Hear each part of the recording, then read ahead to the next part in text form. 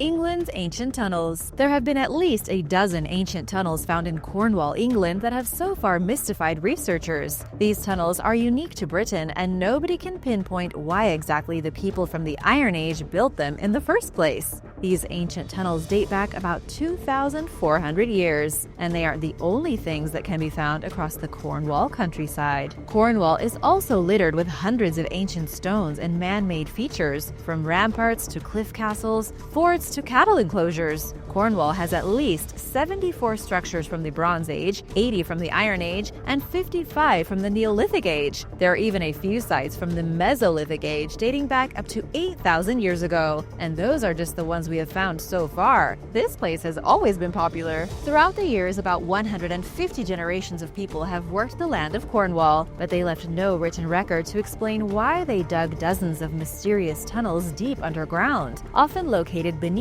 prehistoric settlements. One of the best preserved tunnels in Cornwall is a place called Hollyguy Fogu. The tunnel itself is about 6 feet in height, nearly 20 feet long, and branches off into other tunnels and other chambers. But what's really mysterious is that the tunnel never appeared to be used for anything. It's simply a tunnel going from one place to another without any obvious significance. Some have speculated that the tunnels could have been used by ancient people for hiding. Others claim the tunnels are secret burial chambers. The truth is that nobody has any idea why these tunnels were made, nor why they were made to last for thousands of years. The Assyrians. Situated on the outskirts of Mosul in present-day Iraq, the ancient Assyrian city of Nineveh was settled as early as 6000 BC, during the late Neolithic period.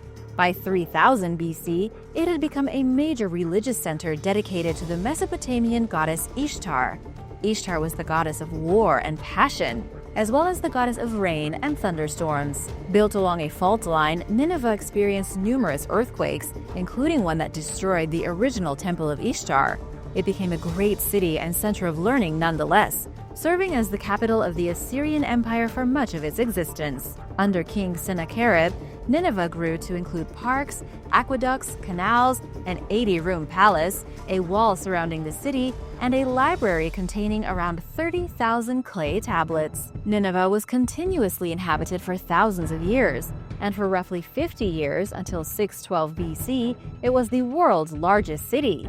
That year, a coalition of allied forces sacked and razed Nineveh, massacring many of its residents throughout the brutal attack and scaring others to the countryside. The city never recovered from the destruction, but was also never fully abandoned. In the following decades, Nineveh came under the rule of either the Medes or the Neo-Babylonian Empire, and was further conquered by numerous civilizations, including the Seleucid Empire, the Parthian Empire, the Sasanian Empire, and finally the Arabs. It was reduced mostly to ruins by the 13th century. The modern-day site consists of 2 large mounds and the remains of the city's massive stone and mud brick wall that was built around 700 BC. Sadly, what's left of Nineveh is losing its battle to the elements, looters, and the Islamic State, which threatened to destroy any remaining evidence of its long and rich history. Pilsen Historical Underground. The Pilsen Historical Underground is an ancient complex of tunnels located beneath the city of Pilsen in Czechia. And yes, this is the same Pilsen that's responsible for the famous Pilsner beer. In fact, the historical tunnels underneath the city have been used to store beer for centuries. The tunnels were constructed during a period of around 600 years, from between the 13th century and the 19th century. The underground network of tunnels is the longest in all of Central Europe. They were first made to transport water and sewage, but were later used for dealing with beer. But the reason for the complexity of the tunnels goes back to the beginning of the 13th century. It all began when citizens in Pilsen began to build cellars deep beneath their houses, which they would then connect together with tunnels. People used these cellars and tunnels to store food and other supplies, including beer. By the time the 19th century rolled around, Pilsen had over 12 miles of underground passages and one of the most complicated and advanced sewer systems in not only Czechia, but also much of Europe. Unfortunately, the tunnels eventually became ignored. People didn't use them anymore, and it wasn't until archaeological interest unveiled some curious artifacts from the Middle Ages buried in the remains of the crumbling tunnels that anyone took an interest in the Pilsen Historical Underground. Today, you're able to explore many of the tunnels to see what it looked like during the city's peak. Have you ever been there? What was it like? Let me know in the comments below. Seleucid Empire. The Seleucid Empire conquered many famous cities during their heyday, but who were they? The Seleucids started when Alexander the Great died. Upon his death in 323 BC, his empire was divided amongst his top generals who fought the wars of the successors, known as the Wars of the Diadochi. The winners decided to divide the empire amongst them, and Seleucus was arguably the most successful. Seleucus claimed Babylon for himself, taking Mesopotamia and Central Asia, which also included Nineveh. He continued what Alexander the Great had set out to do. He spread, creating the Seleucid Empire and merging Eastern and Western cultures. At first, the empire was known for religious and cultural tolerance and stretched from the Mediterranean Sea to the Indus Valley. The problem was that as the empire grew, it began to fracture, and so Seleucus started to give up certain regions in exchange for diplomatic relations where they would respect his borders and accept trade agreements. This included getting war elephants, which helped him defeat several of his enemy generals. When he died, the empire struggled to stay together, but his son and grandson, Antiochus III, personally led troops throughout the land, putting down revolts and getting everyone to fall in line. The empire returned to its former glory, but the next rulers were unable to keep everything together. The Romans were at the door, and the monarchy began to fight amongst each other. Ultimately, it was all over in 63 BC. Aramu Maru. While exploring the Peruvian countryside near Lake Titicaca in the early 1990s, mountaineering guide José Luis Delgado Mamani found a strange structure that looks almost like a portal. The abandoned stone carving has a smooth, flat surface and a 6.5-foot-tall T-shaped alcove. The roughly 23-foot stone structure is thought to be an abandoned Inca construction project, but its purpose is unknown. Known as Aramu Maru and nicknamed Puerta de Ayumarca, or Gate of the Gods, the structure is the subject of local folklore claiming that people have disappeared through its doorway. Indigenous heroes went through the door, becoming immortal and living next to the gods. Stories also tell of strange sights near the portal, including tall men accompanied by glowing balls of lights walking through the doorway. Another legend says that Aramu Maru was an Incan priest that used a special golden disc known as the Key of the Gods of the Seven Rays, to escape the Spanish and fled to the mountains. The door opened, and rumor has it that there is still light coming from the tunnel he left behind.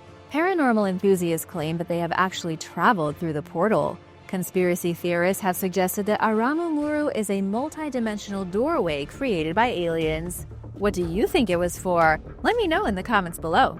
Mysterious Kurgan. Archaeologists doing a routine search in Russia before the construction of a gas line found something amazing.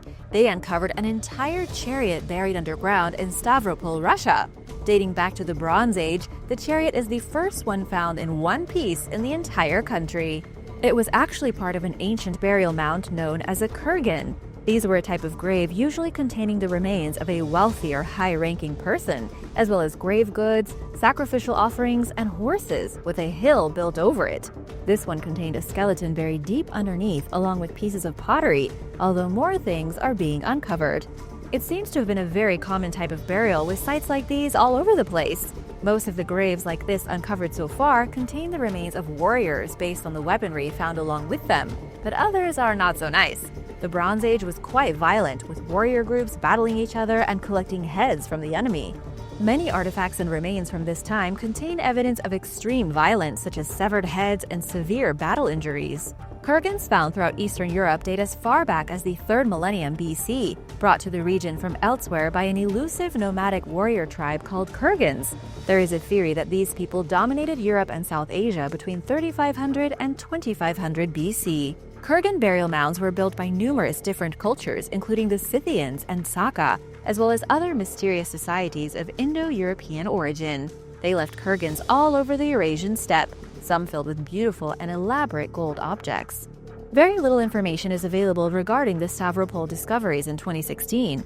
At press time, archaeologists announced their intentions to continue excavating the site to learn more about it. They still have no idea who this person might have been. Tunnels to the Mexican underworld. Researchers working with the National Institute of Anthropology and History of Mexico have discovered a unique set of tunnels leading beneath an ancient pyramid down into a previously unknown underworld. According to the INA, the researchers discovered the tunnel system underneath the tomb of King Pakal II in the ancient city of Palenque. The tunnel is fairly small, hardly large enough for a person to walk through without feeling like suffocating. An inscription on King Pakal II's tomb stated that a god was to guide the dead into the underworld by submerging them in water. The tunnels were most likely created to serve as a symbolic guide to lead Pakal to the afterlife. This is the same King Pakal who was found inside a sarcophagus with a carving of what looked to be him blasting off in a spaceship. He was discovered in 1948, wearing a jade mask and bead necklaces. But judging by this new tunnel evidence, archaeologists are certain that King Pakal did not, in fact, blast off into outer space. Instead, he was probably sent spiraling down into the earth. The tunnel network found underneath his tomb had likely been some sort of drainage system that the ancient Maya thought would help lead the spirits of the dead down into the underworld. The city of Palenque is famous for its architecture, temples, and treasures. The Temple of Inscriptions is one of the most famous monuments of the Maya and was the funerary monument for Pakal. The newly discovered water channels are still being excavated, and it looks like there is still much to learn about engineering and burial customs of the Maya. Greenland's Vikings. After being exiled from Iceland for murder in 982, a Viking named Eric the Red led a fleet of 25 boats to Greenland, where he established two communities. The first, known as the Eastern Settlement, was paradoxically situated near the southwestern tip of the island, while the Western Settlement was located roughly 404 miles to the north, along Greenland's western coast. Around 500 initial settlers, consisting mostly of chieftains and wealthy farmers, set up farmsteads and built Christian churches on the newly established colony. Residents fished, hunted wild caribou and seals, and kept livestock, including cattle, sheep, and goats. The eastern settlement grew to include around 500 farms, while the western consisted of just 100, and the population peaked at around 5,000 people. But when Norwegian missionary Hans Egede arrived in Greenland in 1721, he found the Norse settlements in ruins and devoid of their Viking residents. Researchers have long struggled to figure out what happened to these communities. One predominant theory holds that the settlers lost their battle to survive during a mini ice age, triggered by a massive volcanic eruption in Indonesia in the late 13th century. Evidence shows that around this time, Norse Greenlanders adopted a more marine diet, suggesting that their cattle died off, and their lives became much more difficult amid the challenging environmental conditions. On the other hand, many experts believe that climate change alone cannot explain the Vikings' disappearance, and that a culmination of factors likely came into play, including the possible emigration of some residents back to Europe. But the plain and simple truth is that nobody knows for sure. Where did the Vikings go? Church of San Giacomo di Rialto. Venice, Italy has no shortage of old churches, but according to local legend, the Church of San Giacomo di Rialto is the city's oldest. The popular version of its history claims that the church was established on March 25, 421, the same day that Venice was founded. Located next to the historic Rialto Bridge, it was built by a carpenter with the help of residents from nearby Padua, according to historical documents dating back to the 14th century. The strange thing is that the building is missing from a map of Venice that was created in 1097, and its first known mention is in a document from 1152, suggesting that the church is much newer than it's rumored to be, but nobody can say for sure how old it really is. In addition to its age being a mystery, the Church of San Giacomo di Rialto possesses several strange features, including a one-handed clock with a rotated quadrant, putting noon on the left-handed side where 9 o'clock would normally be, and midnight to the right. The building also contains one of the last few Gothic porticos in Venice, which bears inscriptions encouraging merchants to be honest at the Rialto market, which took place in front of the church. There are several quirky things to be found here, but nobody knows much about them.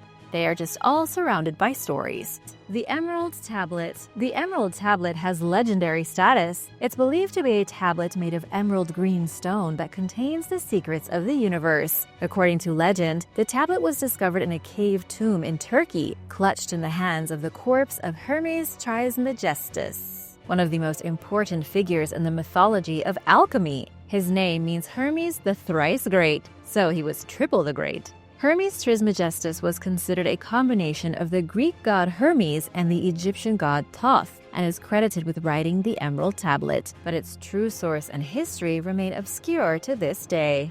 In another myth, the tablet was written by the Egyptian god Thoth himself, when he divided his knowledge into 42 plates of emerald, codifying the great scientific principles ruling the universe. The legend tells that after the gods' fall, were cleverly hidden so that no human being might find them. Only Thoth, on his return to that dimension, was able to recover the mysterious book. While it's generally accepted that the text dates back to sometime between 200 and 800 AD, nobody knows for sure how old it is. The oldest known source of the writing is The Secret of Creation and the Art of Nature, an encyclopedic work that was written in Arabic during the late 8th or 9th century. But it's believed that this work was written based on a much older source that was likely written in Greek or Syriac. The original first copy of the document is believed to have burned up in the Library of Alexandria. The Emerald Tablet was heavily influential in medieval and Renaissance alchemy, but its interpretation is anything but straightforward. As an esoteric text, it was likely only meant to be understood by a small number of people. Many scientists and researchers, including Isaac Newton, had translations and copies of the document. One commonly accepted interpretation suggests that the tablet describes the 7 stages of alchemical transformation, which are calcination, dissolution, separation, conjunction, fermentation, distillation, and coagulation. You're welcome. Another theory claims that the Emerald Tablet contains the prima materia, the secret formula for the base of all forms of matter and existence. But nobody can say for sure what the work of literature describes, when or where it was originally written, or who wrote it. The reader is encouraged to find hidden truths for themselves. Sutro Baths. Built in western San Francisco's Outer Richmond district in 1896, the Sutro Baths were once the world's largest indoor swimming establishment. Built by Adolf Sutro, a wealthy entrepreneur and the city's former mayor, the 3-acre public bathhouse consisted of 7 swimming pools that were kept at different temperatures, and the facility boasted slides, trapezes, a diving board, and a high dive. Altogether, the pools held 1.7 million gallons of water, which came from the nearby Pacific Ocean during high tide, taking just 1 hour to fill. The facility had a 10,000 guest capacity and offered 20,000 bathing suits and 40,000 towels for rent. Sutro died in 1898, just a few years after the Sutro Baths opened. His family continued to manage the property, but the baths declined in popularity amid the Great Depression, a lack of public transportation, and due to public health codes. The National Park Service now takes care of the site, which is part of the Golden Gate National Recreation Area. The new owners converted the baths into a skating rink but failed to revive the property, so they sold it. A fire in 1966 destroyed what was left of the baths, and developers pulled the plug on plans to build high-rise apartment buildings in their place. The ruins of the Sutro Baths have been under national park management since 1973. Underground Europe. There is a mysterious underground network of ancient tunnels stretching all across Europe, from Turkey to Scotland. And as of right now, researchers don't really know why they are there. According to the German archaeologist Dr. Heinrich Kusk, who actually wrote a book about these very tunnels, they were dug under hundreds of Neolithic settlements all across the European continent, and their construction began as far back as 12,000 years ago. This same archaeologist claims that because so few tunnels actually survived throughout the ages to be discovered and explored, the real network of tunnels across Europe was probably much larger than what the evidence of today shows. In Bavaria, there have been almost 2,000 feet of underground tunnel networks discovered, with another almost 1,000 feet being found in Austria. Most tunnels are very small. They are only just large enough for a single person to crawl through. Some have small rooms, and some have storage chambers. But the suggestion here is that Stone Age human beings didn't just spend their days mindlessly hunting and gathering. They did indeed start building things, and they may have started with these strange tunnels. But unfortunately, researchers have been unable to determine whether the ancient tunnels ever came into contact with one another, creating an underground network of passages beneath Europe. And just as equally unfortunate is that nobody has been able to figure out what the tunnels were used for. Gira Culture. In the 3rd millennium BC, during the early Bronze Age, a civilization perhaps as great as Sumer in ancient Mesopotamia lived in what is now Iran. Surrounded by tall, rugged mountains on 3 sides in the Halil River Valley, the mysterious culture built a sprawling urban settlement consisting of 2 large burial mounds, a fortified citadel, and numerous smaller buildings. It is here that they lived, practiced their religion, and crafted fine artifacts like vases and statuettes, enjoying a sophisticated lifestyle and social hierarchy for their time. For unknown reasons, after peaking sometime between 2500 BC and 2200 BC, this and other settlements belonging to the civilization were ultimately abandoned, covered in dirt, and forgotten. The sites were rediscovered in the early 20th century and were unfortunately looted along with being formally excavated a handful of times. With limited artifacts to learn from, experts know very little about what they call the Giraffe people beyond having established that they were a distinct group with their own architecture, language, beliefs, and a writing system consisting of geometric figures. Some researchers believe that the society may very well be one of the cradles of civilization. Shaman de Bells. In 2018, archaeologists from the French National Institute for Preventive Archaeological Research got a nice surprise. They discovered an exceptionally well-preserved megalithic site in the municipality of Masogny in the southeastern part of the country. Known as Shaman de Bells, the site offers extensive insight into the beliefs of the ancient people who lived there long ago. Ongoing excavations suggest that humans occupied this site not for centuries but for thousands of years. One Neolithic village built around a pre-existing stone megalith complex was traced back to the Gira culture, whose presence in the region dates as far back as 4,300 years. That's a really long time. The complex consists of a heavy stone pillar surrounded by smaller stone towers, with the 5-ton centerpiece measuring 11 feet long, 3.6 feet wide, and 3.3 feet high. Upon close examination, archaeologists notice that the megaliths bear distinctive engravings of mysterious patterns. There are 20 cup or scoop marks carved into the large stone arranged in the shape of a large U. Beneath the U are pitted indentations, and the top of the megalith contains engravings of intertwined chevrons. Two of the smaller slabs, both which were intentionally broken, contain geometric engravings forming quadrangular, herringbone, and cruciform patterns that appear to be deliberately but haphazardly ordered. The markings on both the small and large stones were carved in 3 distinct phases, and evidence suggests that different societies used the megaliths over decades or centuries.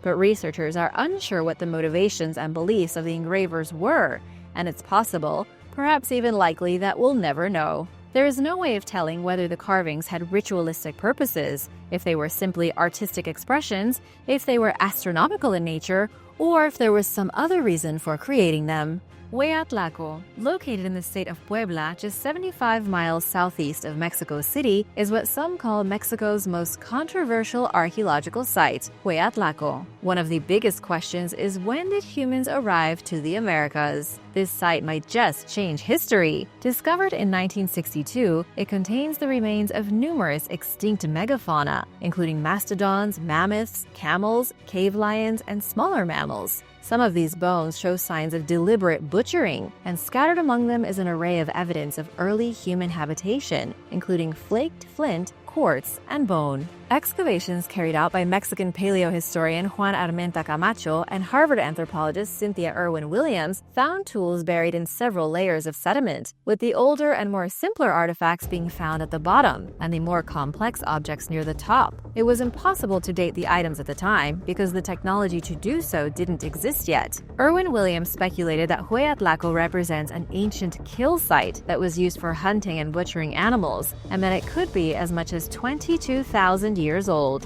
Some experts believe it could be even older. If any of this is true, Huat Lao would be one of the first in a growing list of discoveries that are challenging the commonly accepted narrative that the first humans to arrive in the Americas were the Clovis people. They came around 13,500 years ago. One thing that's become clear in the ongoing debate over who got here first and when is that we don't know nearly as much as we thought about the history of human migration both in and outside of the New World, and it will take a lot more research and exploring to get anywhere close to a definitive answer. Carnac Stones. In northwestern France near the South Brittany coast is a dense collection of megalithic sites known as the Carnac Stones. Dating back to sometime between 4,500 and 3,300 BC, during the Neolithic era, the structures consist of stone alignments or rows, stone tombs called dolmens, tumuli or burial mounds, and single standing stones known as menhirs.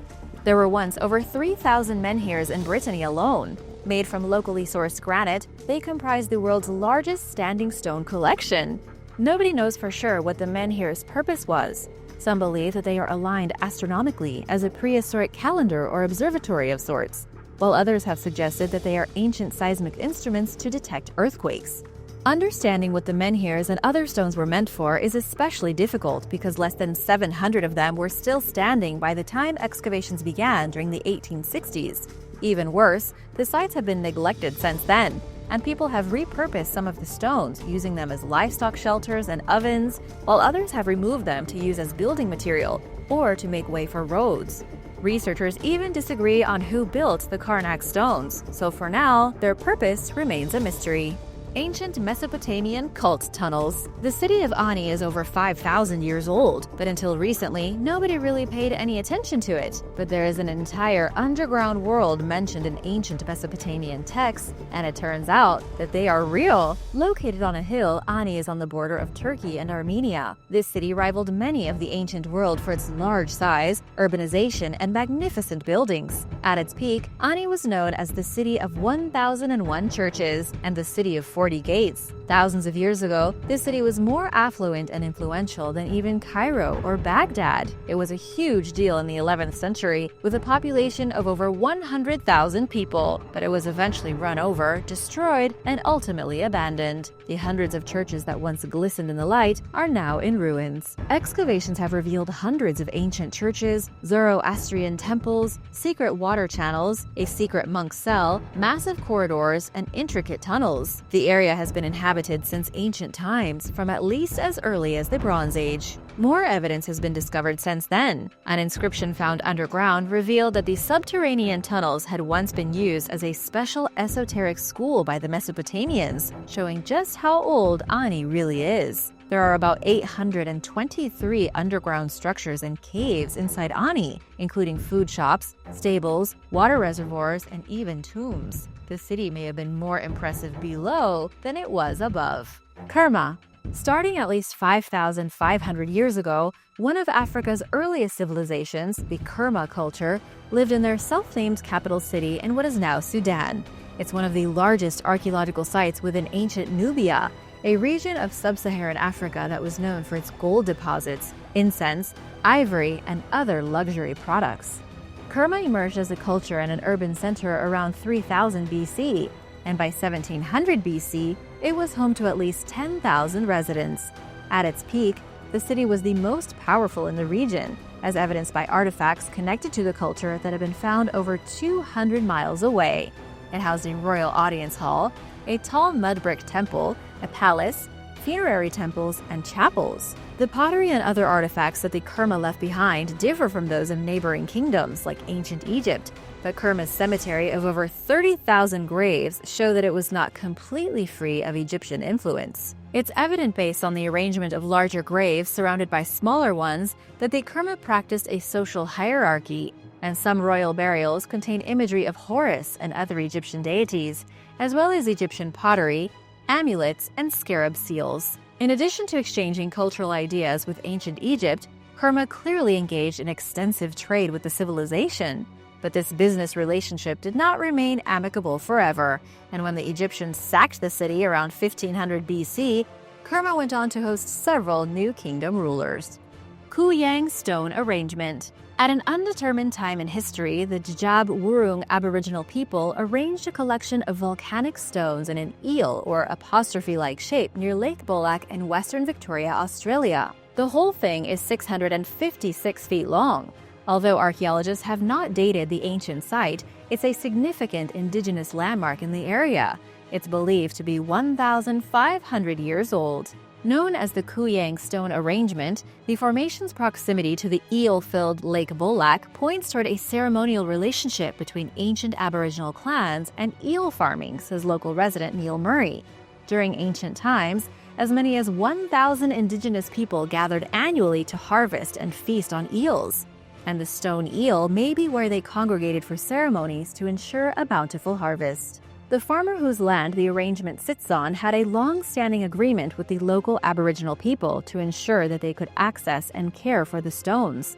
But the property owner passed away, and his son, who inherited the land, Adrian McMaster, recently destroyed part of the eel's tail to treat a thistle infestation that had taken over. Upon learning that he had partially ruined a sacred site, McMaster was apologetic and claimed that he had done so unknowingly, despite the Kuyang stone arrangement being an officially registered Aboriginal landmark and its importance being well known to the community. The matter is currently under investigation, and McMaster received an order not to cause further damage to the site.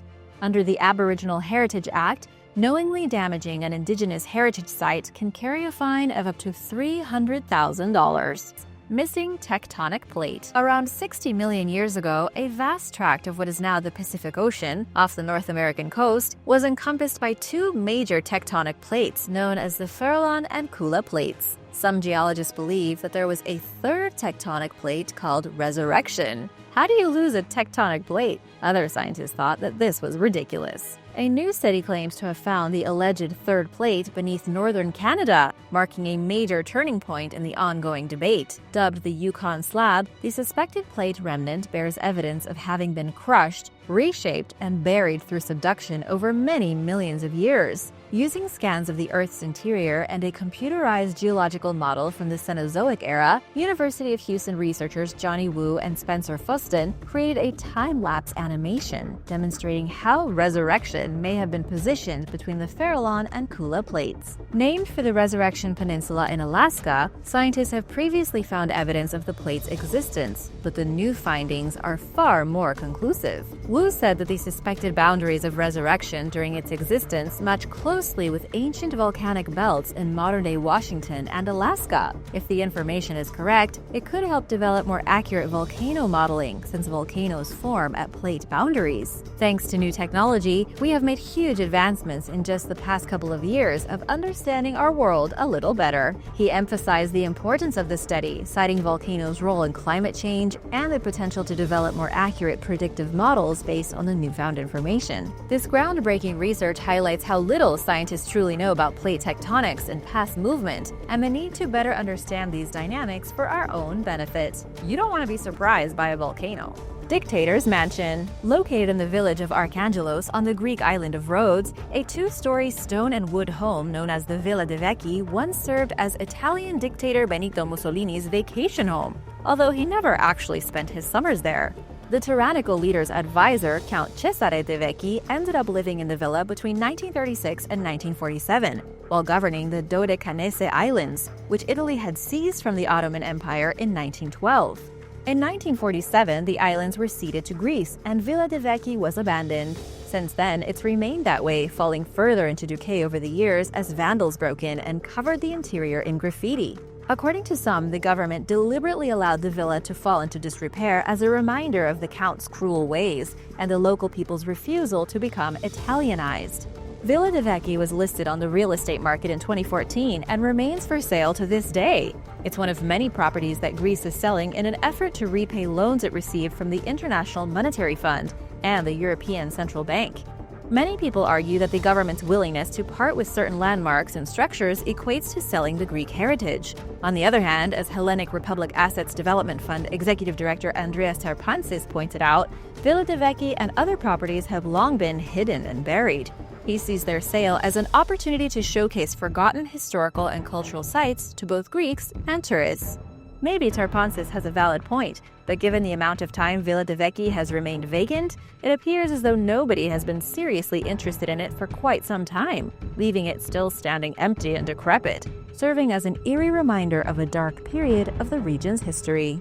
The catacombs of Rome. Under the streets of Rome, there are underground burial chambers and spooky tunnels that most tourists don't get to see. The history behind the strange and mysterious Roman catacombs is fascinating. The catacombs were used by early Christian Roman citizens between the 2nd and 5th century as a place to bury the dead. At the time, Romans practiced the pagan custom of burning their deceased. This was a common way to get rid of a dead body without taking up space or needing to buy any land or build an underground cemetery, but the Christians weren't having any of it. So the Romans allowed them to stockpile their dead in the underground tunnels, and as Christianity spread, so did this burial custom. By the end of the 5th century, the catacombs underneath Rome spread like tentacles beneath the ground for several miles. Inside the tunnels, niches had been carved in which corpses were put to rest. The body would have been wrapped in a sheet, stuffed into a niche carved out out of the tunnel wall, then either covered with a gravestone of marble or baked clay before finally getting the deceased's name carved onto the stone. And because during this time Roman law prohibited burying dead people inside the city, all the catacombs can be found today slightly outside on the original city walls. Before the year 313, when Christians stopped being persecuted, the only place they could bury their dead was here. Then in the 8th century, when Rome was invaded by barbarians, much of the catacombs were destroyed and pillaged. Etruria. Etruria was an ancient culture that emerged as early as 900 BC in what are now the Tuscany and Umbria regions of central Italy. Its inhabitants were the Etruscans, who shared a complex culture linked by a confederation of 12 city-states. By 650 BC, the civilization became a dominant culture, extending into both northern and southern Italy. The Etruscans also had far-reaching trade connections reaching as far as Egypt, with whom they both traded directly and through intermediaries, such as the Greeks and the Phoenicians. Etruria had a strong military tradition that generally benefited from warfare, embarking on raid campaigns of neighboring areas during the summer and acquiring territory and other valuable resources, including goods and slaves. The society valued monogamy and family life and gave women an unusual degree of freedom for the time, which perhaps contributed to the Roman and Greek views that Etruscan women were promiscuous. Etruscan culture strongly influenced Roman architecture, ritual practices, and other aspects of its culture. In fact, several Etruscan kings ruled in Rome until 509 BC, shortly before the Roman Republic was established. Etruria is also credited with bringing elements of Greek culture into the early Roman Republic, including the 12 Olympian gods, olive and grape farming, the Latin alphabet, and architectural features including the arch and sewer and drainage systems. Most mainstream scholars believe that when Rome absorbed Etruria cities during the 3rd century BC, the two cultures merged. But there are admittedly noticeable gaps in researchers' knowledge of the Etruscans, including their architecture, language, and literature. Chalat Singo, located in the southern portion of Mexico's central highlands in the valley of Morelos, is Chalat Singo, an ancient site dating back to the time of the oldest known Mesoamerican civilization, the Olmecs. First settled around 1500 BC, Chalat Singo saw the emergence of a complex culture around 900 BC. The Olmec culture, whose heartland was in the tropical lowlands of south-central Mexico, is largely a mystery to experts. But elements of their architectural and artistic styles found at Chalat Singo indicate that its settlers were of Olmec origin or had close ties to the civilization. Artifacts found here feature depictions of big-toothed wildcats, indicating that the residents shared in the Olmec worship of the jaguar. The images include renderings of big cats with odd features like beaks and engaging in strange and scary acts, including one carving that shows a ferocious jaguar disemboweling a human. It appears as though the settlement was situated along an intersection of trading routes that connected the Olmec with the Mesoamerican societies throughout Mexico. At its peak, Chalat Singo had an estimated 500 to 1,000 inhabitants who cultivated staple crops like maize, using water from a nearby mountain stream to nourish their terraced fields. When the Olmec civilization collapsed around 500 BC, Chalat Singo experienced an abrupt decline. Researchers believe that numerous environmental factors contributed to the Olmec's demise elsewhere. And although these events did not directly affect Chalat Singo, its residents likely endured a cultural decline and economic hardship from decreased trade and contact with other factions of the civilization. The extent of the Olmec culture and their ethnic origins are unknown, and we only know what the Aztecs called them, leaving the culture's self-designated name a mystery. Experts know little about their religion beyond jaguar worship and the use of symbols that seem to convey an organized belief system and a priesthood of some sort. Giraffe artifacts. The antiquities market was flooded with a unique array of distinctive cultural artifacts starting in 2001, including jewelry, weapons, ceramic pottery, drinking vessels, and game boards adorned with complex depictions of animals and humans. For a long time, information about these items was scarce at best, with their place of origin listed simply as Central Asia, and some experts even speculated that they were forgeries. But some scholars suspected that the artifacts were harvested from an unknown but genuine archaeological site. And in 2002, the Iranian police caught traffickers preparing to smuggle some of the items across international lines. Investigators traced their source to the Halil River Valley near modern-day Giraft, where recent flooding had washed away layers of sediment and revealed the remnants of an ancient cemetery, giving looters first dibs on its contents. They're usually the first ones to find stuff anyway. A team led by Iranian archaeologist Yusuf Majizadeh began surveying the region in 2003 and uncovered evidence of a vast urban Bronze Age settlement dating back at least 5,000 years, including 2 burial mounds, 2 architectural complexes, and several smaller buildings. Majizadeh's findings were initially met with backlash from some experts who claimed that because the site had been looted, it was difficult to accurately determine the site's age and authenticity. But as the excavations continued, the discoveries of what appeared to be a previously unknown ancient culture increasingly gained credibility. Dating at least as far back as the 3rd millennium BC, the Giraft people practiced a religion, wrote using a yet undeciphered geometric script, and created fine objects like vases and statuettes, enjoying a sophisticated lifestyle and social hierarchy for their time. Some researchers believe that they may have been a cradle of civilization, one of the first places in the world where complex urban settlements emerged. But archaeologists have limited artifacts to learn from due to the chronic looting, leaving many questions about this ancient society unanswered, at least for now, and possibly forever. Miami Circle. The Miami Circle, which goes by several names, including the Miami River Circle and Brickell Point, is an archaeological formation consisting of 600 post molds arranged in a perfect circle measuring 38 feet. Located in modern-day downtown Miami, it's the only known evidence in the eastern U.S. of a prehistoric monument cut into bedrock.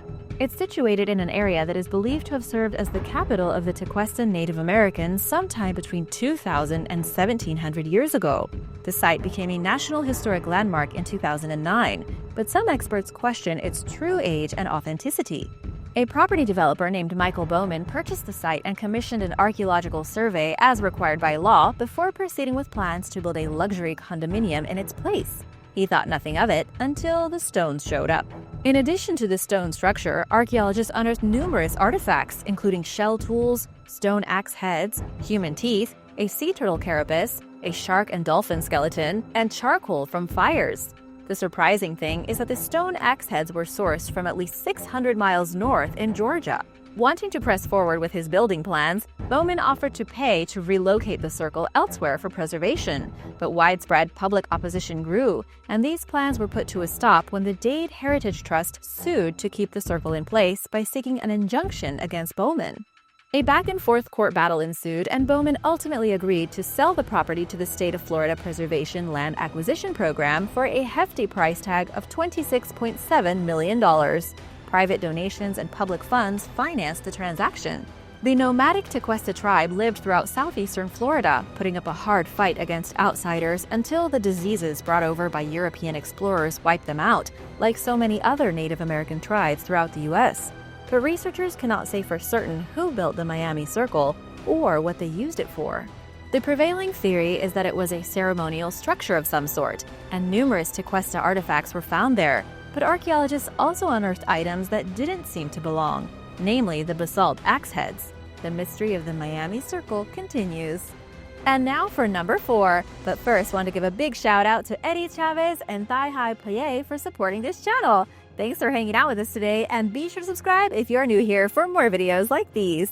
During Kuyu Underground City, a man was renovating his home in 1963 when he accidentally discovered a tunnel that would change everything. The man tore down his wall, and he found the ancient opening into an underground city. And today, you've probably heard of Derinkuyu, the Turkish city in Cappadocia where thousands of years ago the residents lived in an underground beehive. After breaking into the tunnel entrance to Derinkuyu, archaeologists were alerted to the man's discovery. What they found behind the wall of his house was an elaborate subterranean network of ventilation shafts, interconnecting passageways, and so much more. The ancient city had hidden entrances all over over the mountainous region. It was probably used by the ancient Hittite culture to protect themselves against attack by the Phrygians, especially between the 15th and 12th century BC. Either that, or Derinkuyu was built by the Phrygians after they defeated the Hittite and stole all their stuff. But how was this underground city formed? It was carved out of the rock and is currently the deepest underground city anywhere on Earth. It has about 8 floors and reaches a depth of 280 feet below the surface. There are miles of tunnels here that have been blackened by centuries of people walking through them carrying torches. There are churches, livestock stalls, and even schools set up inside the underground city. There was even an early irrigation system that transported drinking water to the people living underground.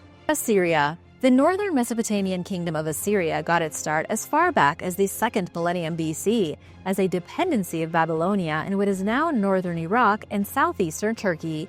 Ruled by kings and generals, unlike the Babylonians who were under the leadership of a priesthood, Assyria became a burgeoning military power with a rapidly expanding population, enabling it to establish independence in the 14th century BC and conquer other civilizations, including the Hittites. The Assyrians were technologically advanced for their time and placed a high value on education, establishing the first known university, the School of Nisibis, which taught theology, philosophy, and medicine.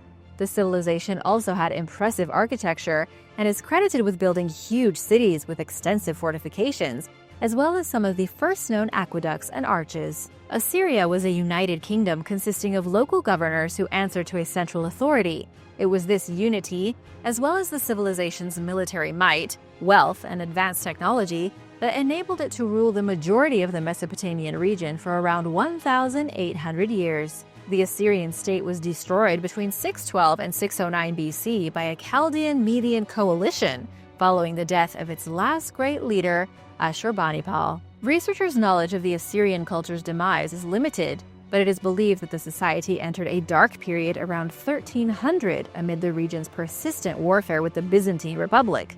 As Jews and Muslims flooded into the region, many Assyrians, who were traditionally Christian, converted to Islam to avoid high taxes imposed on their faith. Stephen Harris House. In 1763, a well-to-do merchant named Stephen Harris built a house over a French Huguenot burial site on Benefit Street in Providence, Rhode Island. You know what they say, never build your house over a cemetery. He fell on hard times immediately after construction was finished, losing several of his merchant vessels at sea, and endured an ongoing string of hardships thereafter. Legend goes that several of Harris's children died, and others were stillborn. His wife became severely mentally ill and was confined to the home's 2nd floor, where she reportedly shrieked and yelled out the window in French, despite not knowing the language. Rumors spread that a live birth has never occurred inside the house, which still stands today. The house remained in the Harris family for generations because they were unable to sell it, and it fell into disrepair by the 1920s, when the area became a slum. Then, in the 1970s, the current homeowner purchased the house and restored it. They seem to be happy there and have even responded to the home's alleged curse with humor by putting up gatepost signs in French. But old legends die hard, and curious visitors still find their way to the house, where the owner typically allows them 5 minutes to look around. Would you let tourists come visit your house? Let me know in the comments below. The disturbing dwelling inspired horror writer H.P. Lovecraft's 1937 short story, The Shunned House, which incorporates elements of history and folklore into a disturbing supernatural tale loosely based on Harris's experiences. Europeans in America before Columbus. A new study released several months ago claims that a collection of blue beads from Europe found in the Alaskan Arctic were traced to pre-Columbian times, suggesting that the goods reached the continent before Christopher Columbus arrived in 1492. The researchers believe that the beads were manufactured in Venice during the 15th century and that they traveled 10,500 miles eastward through trade, crossing through Eurasia and the Bering Strait to reach modern-day Alaska. Of course, some experts dispute this exciting but kind of far-fetched theory. Archaeologist Elliot Blair said that even though the beads are old, they are not pre-Columbian. Instead, he said they were probably made during the late 16th or early 17th century. Blair conceded that even if this is the case, it still predates the earliest known contact between Europeans and Alaska natives, making for what he calls a really cool story. Danish explorer Vitus Bering experienced the first documented encounter with Alaskan natives beads in 1741. But if the beads are as old as Blair believes they are, it would mean that Europeans and indigenous people in Alaska had crossed paths before. Adding to this possibility are several other artifacts that were examined in the study, including twine that was radiocarbon dated to sometime between 1397 and 1488, decades before Columbus arrived in the New World. While it remains up in the air whether the beads are the oldest known European products brought to the Americas, it might be a realistic prospect. Hajar IM. Located on the island of Malta, Hajar IM is a megalithic temple complex dating back to sometime between 3600 and 3200 BC during the Neolithic era. Only its highest stones were visible prior to excavations, which began in 1839. Unlike other Neolithic sites in Malta and on the neighboring island of Gozo, Hajar IM only consists of one temple rather than two or three, which was more common. Its design is similar, however, with the complex being made up of several C-shaped rooms called apses surrounding a central paved area. The apses were screened off by walls and slabs with portholes cut through them like windows, an unusual practice compared to the area's other Neolithic structures. An elliptical hole cut in one of the apses is aligned with the summer solstice, causing sunlight to shine through and illuminate a slab in the room on that day.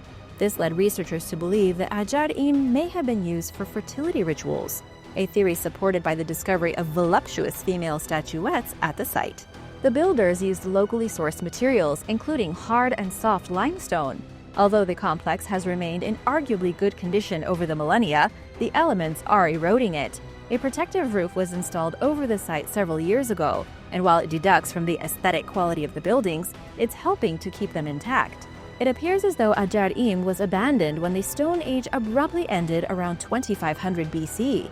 When the Phoenicians arrived to the area in 700 BC, they found this and other Neolithic sites deserted, with the civilizations who occupied them having left no traces behind of what caused them to flee. St. Peters Cathedral. In St. Peters Cathedral in Germany, there are 8 naturally mummified corpses currently on display inside glass coffins and housed within a creepy underground crypt. The mummified corpses were discovered in the late 17th century when an organ maker was given a small part of the basement crypt of St. Peter's Cathedral to work in. The crypt had apparently been used originally for storing renovation materials, including lead. The naturally mummified corpses were probably preserved in such immaculate condition because of either the lead in the air or the extreme dryness of the crypt. The corpses had been sitting there underground for about 400 years. When they were discovered, nobody really knew why they were there, but eventually each corpse was identified. Here's what we know about the creepy corpses found in the underground tunnels beneath the cathedral. One mummy belonged to a man who had been killed and then mummified with his mouth twisted open in a soundless scream. Another of the corpses was a murdered student, another was an English countess, and the other was the Swedish administrator for the very cathedral he was discovered in.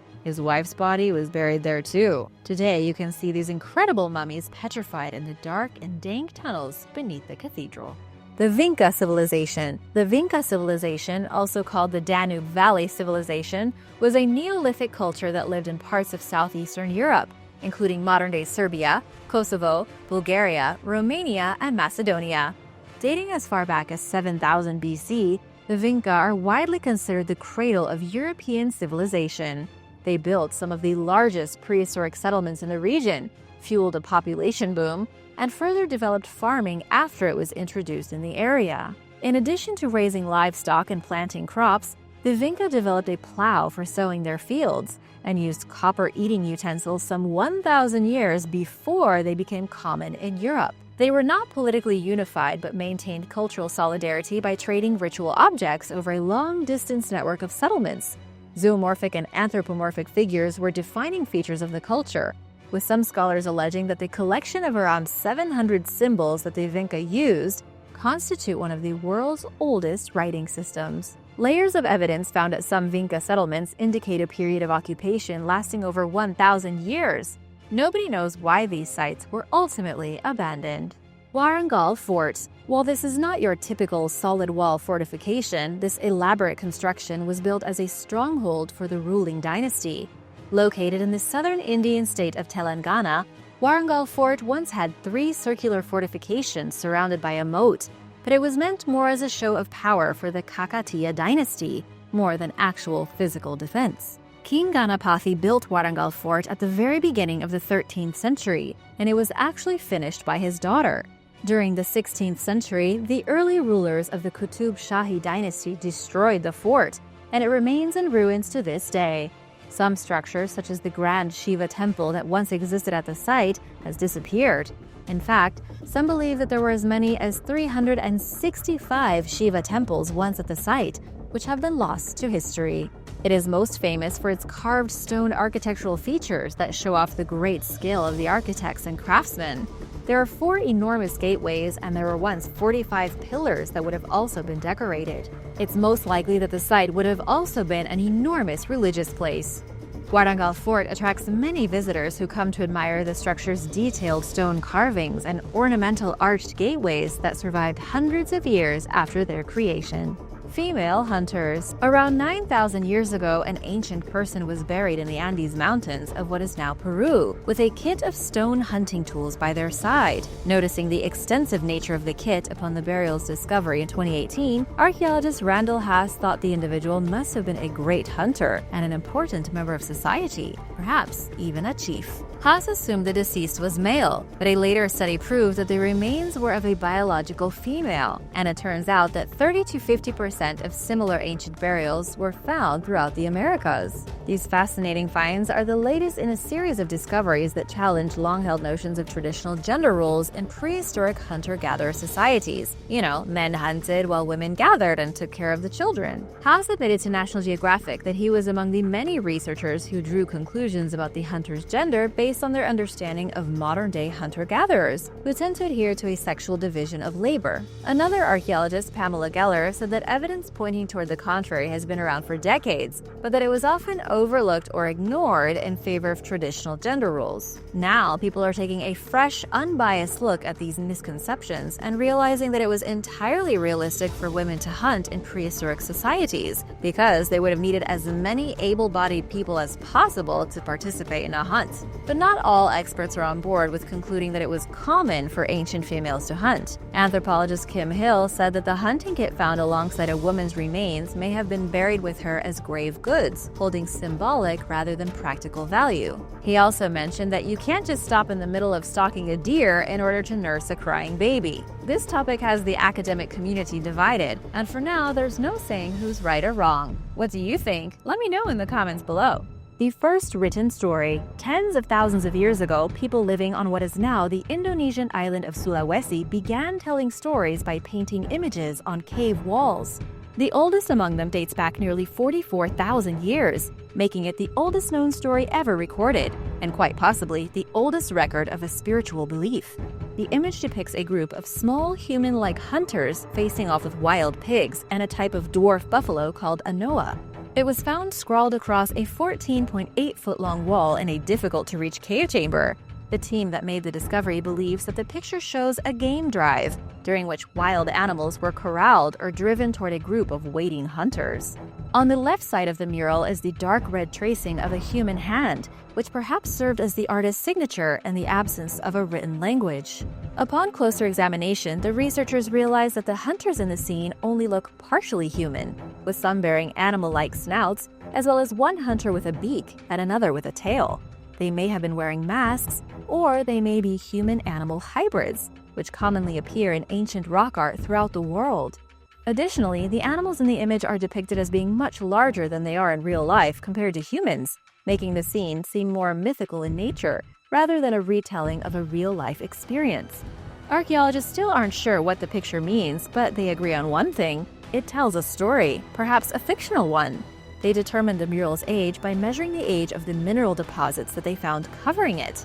The oldest layer of deposits dates back 43,900 years, indicating that the painting was created sometime before then.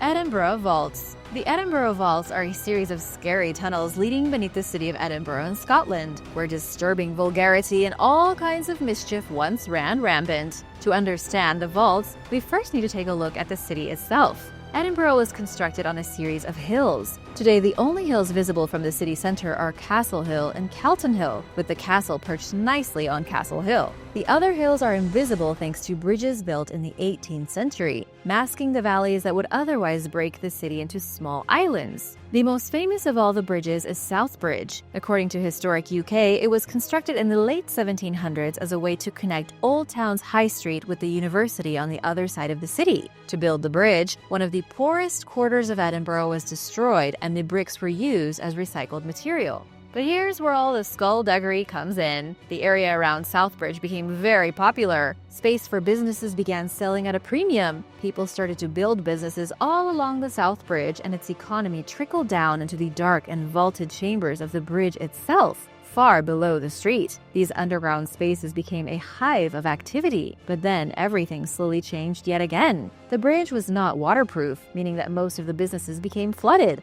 Illegal trade eventually prospered, and the damp and dark vault became home to the poorest and worst people in society, including mercenaries and body snatchers. Today, the vaults have a dark and very dismal history. The tunnels have mostly been sealed off due to the danger, and have been voted one of the most haunted places in the world. The Mississippians. From around 800 to 1600 AD, a Native American civilization called the Mississippians flourished in the Midwestern, Eastern, and Southeastern United States. It consisted of urban settlements and satellite villages that were loosely connected by a large trading network, with many sites containing large earthen platform mounds. The Mississippian culture originated in the Mississippi River Valley, and its largest city and religious center, Cahokia, was established in what is now southern Illinois. Its extensive trade network stretched as far west as the Rocky Mountains, east to the Atlantic Ocean, north to the Great Lakes, and south to the Gulf of Mexico. Mississippians differed from their ancestors in numerous ways, including through intensive maize-based agriculture and the development of the complex chiefdom social hierarchy, and with it, institutionalized social inequality. Their belief system, known as the Southeastern Ceremonial Complex, or the Southern Cult, centered largely on ritual game playing, literally playing games, but with a spiritual or religious meaning. Mississippian settlements varied by region, but were tied by a common culture and belief system. As far as experts know, the Mississippians did not have any stone architecture or a writing system. The civilization peaked between 1200 and 1400, after which time it began to decline amid increasing warfare, political turmoil, and outmigration from Cahokia. Most factions of the culture had dispersed or were in severe distress by 1500, with very few persisting long enough to be around when Native Americans made the first significant contact with Europeans, leaving modern experts with only artifacts and settlements to learn from. Numerous Native American groups today are thought to descend from the Mississippians, including the Alabama, Appalachee, Chickasaw, Choctaw, and Seminole, just to name a few. Cerro Sachin. In 1937, a pair of Peruvian archaeologists discovered the vast ruins of what appears to be the ancient capital of the Casma Sechin society that lived throughout coastal northern Peru and in the valleys of the Casma and Sechin rivers. Dating back to 2400 BC, the prehistoric archaeological site is known as Cerro Sachin and is located within the larger Sechin Alto complex, which sits atop a granite hill 168 miles north of the modern-day capital city of Lima. It contains megalithic architecture, a stepped pyramid surrounded by buildings, and a 13.5-foot-tall retaining wall around the perimeter featuring hundreds of graphic bas-relief depictions of human sacrifice. The wall, which was built later in the site's history, contains shocking images of victorious warriors armed with weapons and their brutally dismembered dead victims. Whoever carved the reliefs spared none of the gory details, making sure to include severed limbs and heads, scattered organs, skewered eyeballs, and bones. Cerro Sachin seems to have been an administrative and ceremonial center that served political and religious purposes, but little is known about the culture who built it, leaving experts with little to go on when it comes to interpreting the violent artwork. The images may reference warfare or a specific battle or rebellion, or they may be more spiritual in nature, perhaps portraying demigods and other mythical characters. Based on the level of detail in the carvings, some have suggested that the site served as a lab for anatomical studies. Either way, it's clear that the Casma Sechin culture had an advanced knowledge of the human body for its time. Cerro Sachin was abandoned for unknown reasons around 800 BC, roughly the same time that other ancient ceremonial and public centers in the region declined. Tomb KV55. Ever since its discovery in 1907, the identity of a tomb known as KV55 or the Amarna cache has been a source of controversy among experts. Found near King Tut's tomb in Egypt's Valley of the Kings, which was part of the ancient city of Thebes, experts long speculated that the tomb's single occupant was King Tut's father, an 18th dynasty ruler Akhenaten, also known as Amenhotep IV.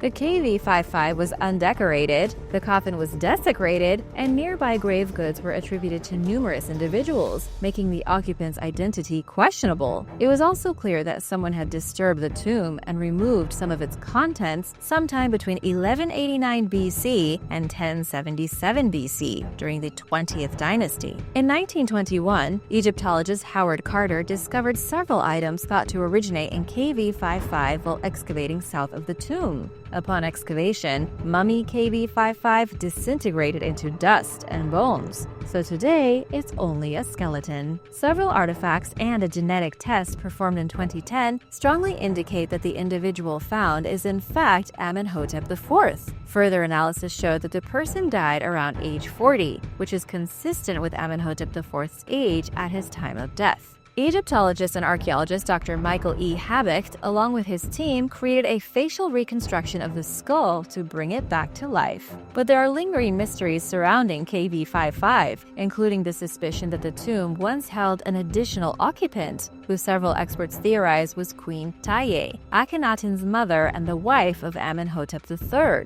This is a distinct possibility, considering the tomb contains a shrine dedicated to the queen. Now, scientists just have to put together and identify everyone else in the family and organize the discoveries from the tomb. Extinct hominid burial site. The early human fossil record has many gaps in it, leaving modern experts with more questions than answers about our family tree. In late 2013, archaeologists discovered 1,400 bones and 140 teeth belonging to at least 15 hominid skeletons deep in a South African cave.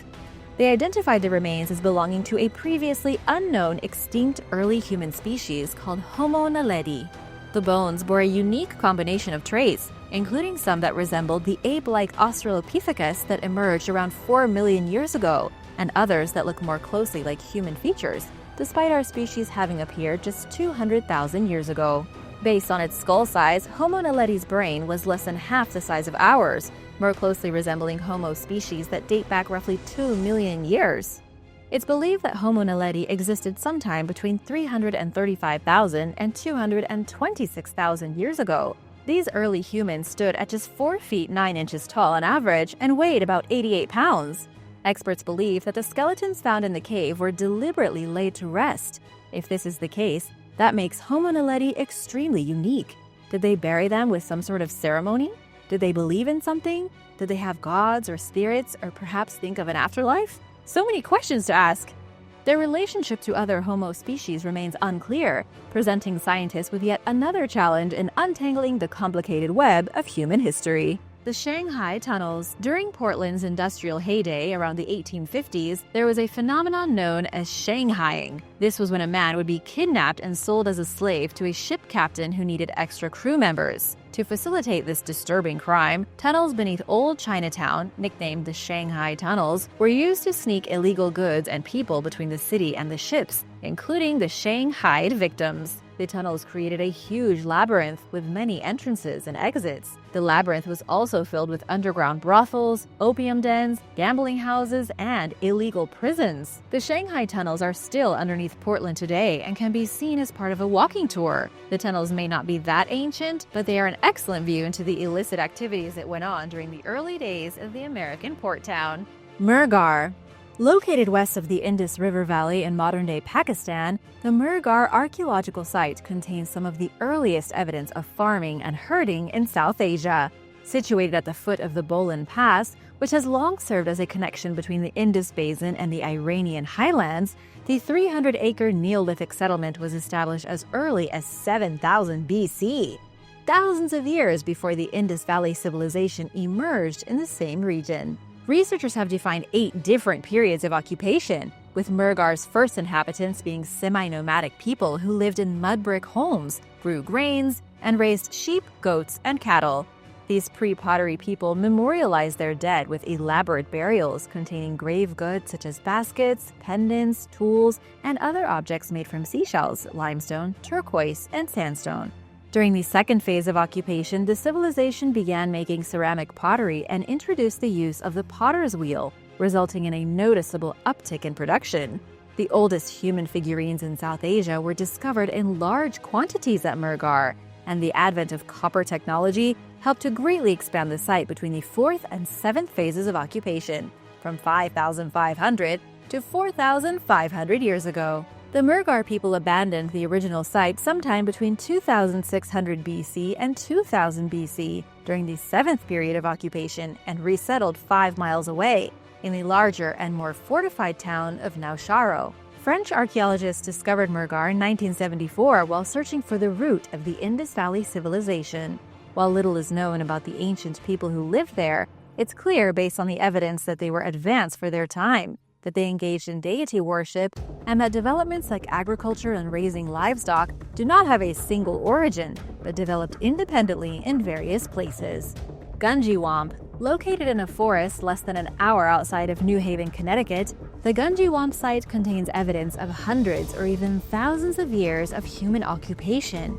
Characterized by multiple stone chambers, rock piles, rings of stones, and mysterious carvings, the ancient settlement is filled with a confusing mixture of Native American and colonial artifacts, with the oldest finds dating as far back as 2000 BC. Among the most notable finds at Gunjiwamp are a stone chamber featuring the astronomical alignment of the equinoxes and a formation of large quarried stones arranged in 2 concentric circles. There are also multiple stone chambers that archaeologists believe were root cellars, but truthfully do not know the purpose of. Other discoveries include Native American pottery fragments and arrowheads, as well as colonial-era china, buttons, coins, tobacco pipes, glass bottle and window fragments, bricks, and animal bones. But none of these artifacts are helpful in determining what the stone chambers were used for. On the surface, it's clear that the 100-acre site was repurposed multiple times throughout its history. But archaeologists have struggled to make sense of the muddled mess of structures and artifacts, or put together a precise timeline or order to Gunjiwamp's occupation. One of the more far-flung theories, put forth mostly by non-academic investigators, is that the settlement is of pre-Columbian Celtic origins and was built in the 6th century by Christian monks fleeing persecution in Europe. But no evidence points toward this as a likely possibility, despite the discovery in Newfoundland, Canada in recent years of a pre-Columbian Norse population in North America.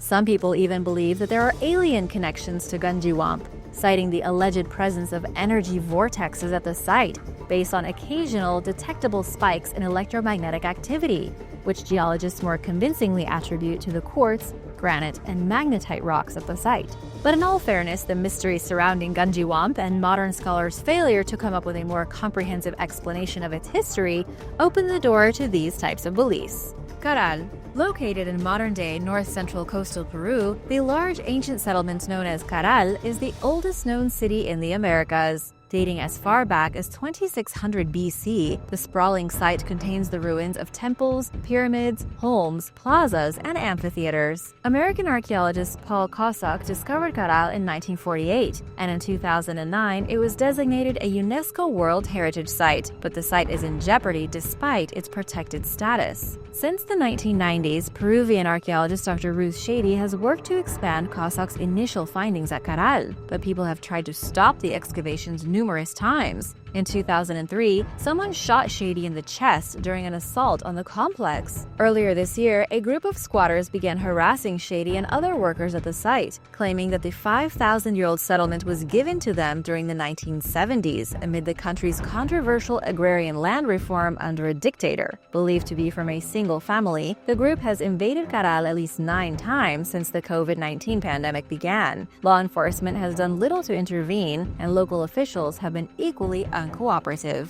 At one point, the squatters used construction equipment to knock out walls and tear up the ground, destroying ancient artifacts before authorities and staff members stopped them. They have also issued numerous death threats to Shady and to the lawyer who represents the property, and poisoned a pet dog at the site as a warning of what's coming next. This group has no legal entitlement to the state-owned land, but this assertion meant little when local officials failed to carry out an eviction against one of the squatters, even after the order garnered police support. Knowledge of the Caral civilization is already limited, and activists and archaeologists like Shady are racing against the clock to prevent any more of what the society left behind from being lost to history. But unless authorities get on board with ousting the squatters and putting an end to their scary behavior, it may prove to be a losing battle. Holmul carvings. Archaeologists working in Guatemala's Petén region were lucky when in 2013 they beat looters to the Holmul archaeological site, where they encountered a 1,400-year-old stucco carving of previously unknown Maya gods.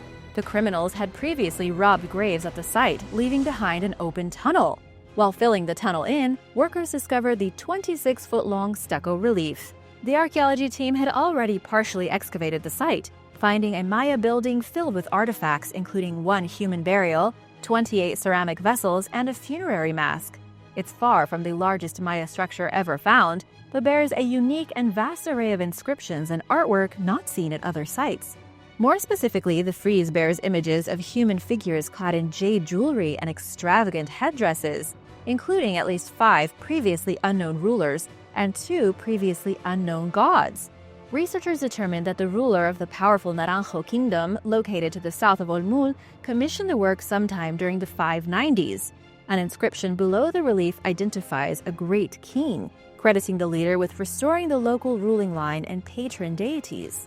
Olmul was established as early as 800 BC and was abandoned around 900 AD amid the classic Maya collapse, making it one of the longest occupied Mayan cities and one of the last Maya cities to be deserted.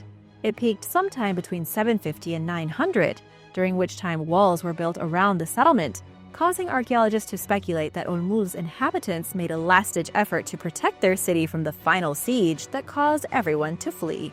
Thanks for watching! Remember to subscribe if you haven't already, and I'll see you tomorrow. Bye!